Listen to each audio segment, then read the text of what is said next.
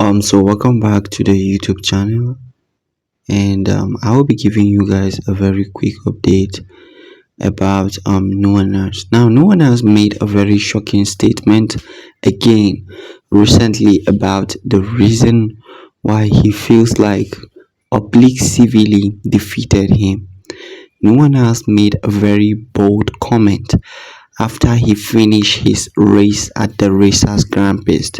While being interviewed by some Jamaican journalists, no one has made a very shocking and very big statement about the real reason why he feels like Oblique civilly defeated him in a time of 9.82 seconds while he came 9.85 seconds.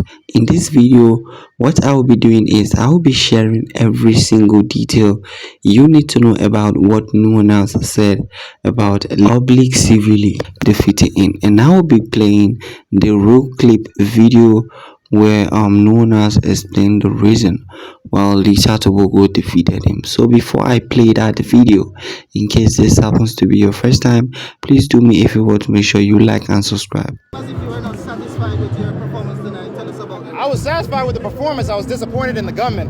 I mean, none of us were even set. Half of us weren't even set before the gun went off, and that's very disappointing to see. But And from the video you clearly watch, you can clearly see that no one else was explaining to those journalists that the reason why he probably came second position was because of the gunmen, Jamaican gunmen, who fired the gunshot that is officially to start the race. And he said that half of them were not even ready when they fired the gunshot. Do you believe that no one else is just telling lies, or do you believe that it is actually the truth?